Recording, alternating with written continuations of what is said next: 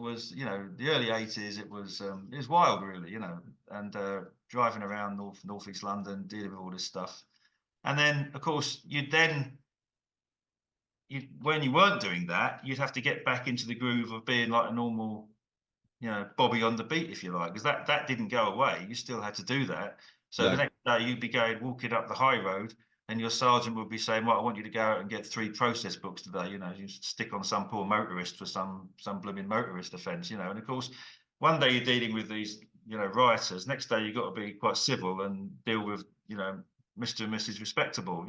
And so that was interesting, because obviously in those days you didn't realise it, but of course when you're working at a pace and you are having a roll around, obviously, the adrenaline's up and all the rest of it, and then Yeah. you've got to quickly come down again, and it's Yeah. that yo-yo effect all the time. It's actually quite difficult, and obviously, you talk about things, the effects of stress and the psychological side of stuff, and I think that's why a lot of the time, if people do these sort of jobs for a long period of time, it can impact on your relationships, because simply because it takes time to come down.